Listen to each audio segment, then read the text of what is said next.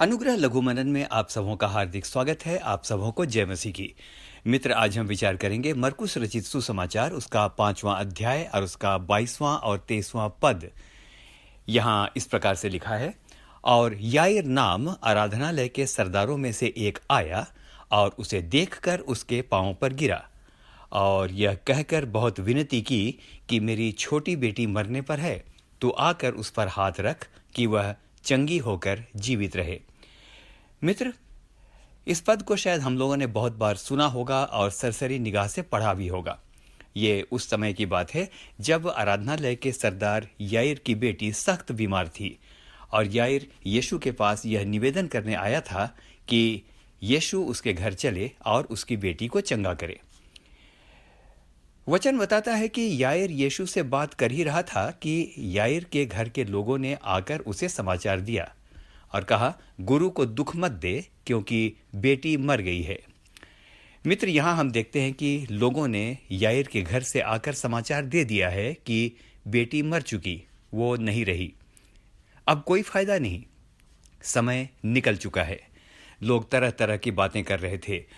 शायद कुछ इस प्रकार से कहते होंगे, काश कि कुछ समय पहले याईर आ गया होता, शायद कुछ समय पहले यीशु मसीह वहां पहुंच जाता तो कुछ तो अच्छा होता, काश कुछ हो जाता। लेकिन अब तो कुछ हो नहीं सकता है क्योंकि लड़की मर चुकी है। मित्र, एक बहुत ही महत्वपूर्ण बात आपको बताना चाहता हूं। ये बहुत इंपॉर्टेंट है, इसको ध्यान से सुनिए। मरकुस 5 उसके 36 में वचन इस प्रकार से कहता है, जो बात वे कह रहे थे, यानी आपस में जो बातचीत कर रहे थे, उसको यीशु ने अनसुनी करके आराधनालय के सरदार से कहा, मत डर, केवल विश्वास रख। इस पद को और एक बार पढ़ूंगा।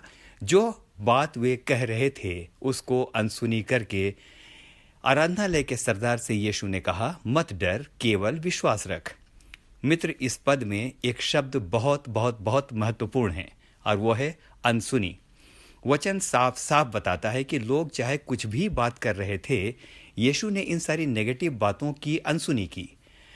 हमारे जीवन में शायद हम लोगों ने बहुत कुछ सीखा है, लेकिन शायद एक बात अभी तक ठीक से नहीं सीखा है और वो है बातों को अनसुनी करना। जीवन में बहुत सी समस्याएं, आपसी कलह, लड़ाई झगड़ा और मनमुटाव इस कारण होते हैं कि हम बहुत सी नकारात्मक बातों को अनसुनी नहीं करते, है ना? लिखा है, विश्वास सुनने से होता है। तो यदि आप किसी की बुराई लगातार सुनते रहेंगे, अनसुनी नहीं करेंगे, तो एक दिन आएगा जब आपको विश्वास होने लगेगा कि ऐसा ही है, जो बुराई की जा रही है वो भी ऐसी ही है। मित्र, यीशु ने अनसुना किया। ध्यान के साथ सुनिए, यीशु ने उस समय भी बातों को अनसुना किया था जब चेले ये कह रहे थे कि इतनी भीड़ के सामने इतनी रोटियां तो बहुत कम हैं। उस समय भी यीशु ने अनसुना किया था और उसने कहा था, तुम ही इन्हें खाने को दो। लाजर के मृत शरीर के सामने भी जब लोग कह रहे थे कि अब इससे बदबू आ रही है, उसकी बहनें कह रही थीं, उस समय भी यीशु ने उसे अनसुना किया। तो मित्र, आज के मनन में एक महत्वपूर्ण बात हम ये सीखेंगे कि बहुत सी बातों को अनसुना करना सीखिए। बहुत लोग बहुत सी बात कहेंगे, चुभने वाली कटु बातों को, किसी की निंदा को, बेकार की हंसी ठट्ठा की बातों को अनसुना करना सीखिए। जीवन में आपको ऐसे बहुत से बेकार लोग मिल जाएंगे जो दूसरों की बुराई लेकर आपके पास आएंगे। कोई आकर आपको कहेगा कि फलां आदमी आपके बारे में ऐसा कह रहा था। जहां तक संभव है मित्र, मेरी सलाह है, ऐसी बातों को अनसुनी कीजिए। मैं एक बात सोच रहा था, याईर की बेटी मर गई थी। लोगों ने आकर बता दिया कि अब गुरु के जाने से भी कुछ नहीं होगा क्योंकि समय निकल गया है। क्या होता यदि यीशु भी उसी भीड़ की बातों को सुनकर हाँ में हाँ मिलाने लगता? शायद परमेश्वर की वो महिमा नहीं होती जो याईर की बेटी के जिंदा होने के रूप में हुई।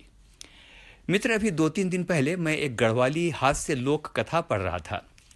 आप भी सुनिए, हंसी भी आएगी लेकिन एक गंभीर शिक्षा भी इसमें है। गढ़वाल के एक जंगल में बहुत ही सुंदर झील थी। वहां बहुत से जल जंतु रहा करते थे। पानी होने के कारण बहुत से मेढक भी वहां रहते थे। अक्सर वे बात करते कि सामने वाले विशाल पेड़ पर कौन चढ़ सकता है। उनके बीच में बहुत बातचीत होती, कौन चढ़ सकता है।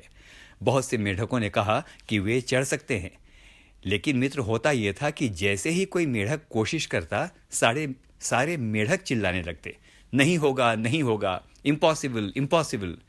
और ऐसा सुनते ही बेचारा मेढक जो कोशिश कर रहा होता था थोड़ी दूर तक तो चढ़ पाता, लेकिन हतोत्साहित होकर गिर पड़ता था। एक मेढक बहुत समय से इन बातों को देख रहा था। उसने सोचा, क्यों ना मैं भी वैसा ही ट्राई करूं जैसा और मेढक कर रहे हैं। वह अचानक पेड़ के पास आया और पेड़ पर चढ़ने लगा। भीड़ चिल्लाने लगी, नहीं होगा, नहीं होगा, इम्पॉसिबल, इम्पॉसिबल, इससे ना होगा, नहीं सकेगा। लेकिन मित्र, आश्चर्य, वो मेढक चढ़ता चला गया और अंत में चोटी पर पहुंच गया। आश्चर्य, जरा सोचिए, ऐसा कैसे हो गया? सभी चकित थे। जब वह मेढक नीचे आया तो औरों ने पूछा, ये तुमने कैसे कर दिखाया भाई, ये तो गजब हो गया। उस मेढक ने कोई जवाब नहीं दिया, उन्हें टुकुर टुकुर देखता रहा। वे पूछते रहे, लेकिन उस मेढक ने कोई जवाब नहीं दिया, बस सर हिलाता रहा। बाद में पता चला कि उस मेढक को ठीक से सुनाई नहीं देता था।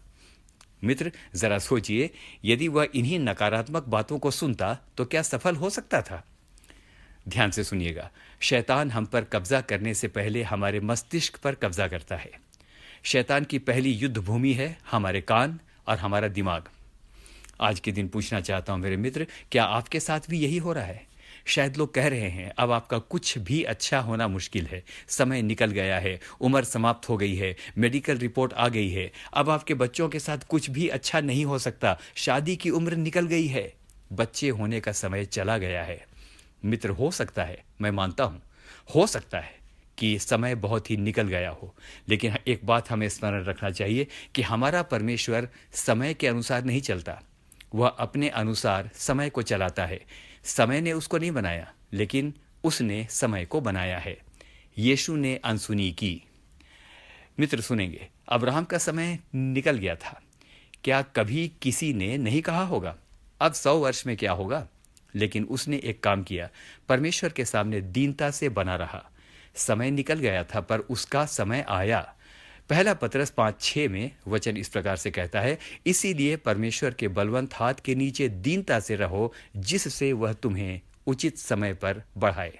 मित्र, समाप्त करते हैं। सच्ची बात तो यह है कि हम बहुत सी व्यर्थ बातों को सुनकर अपने मन में रखे रहते हैं और पीड़ा उठाते हैं, अपना भी और दूसरों का जीवन भी खराब करते हैं। आइए हम भी सीखें बहुत सी बातों को अनसुनी करने का और सिर्फ वही सुने जो परमेश्वर कहता है। हम में से हर एक को परमेश्वर आशीष दे, बहुतायत के साथ आशीष दे। आमीन और फिर से आमीन।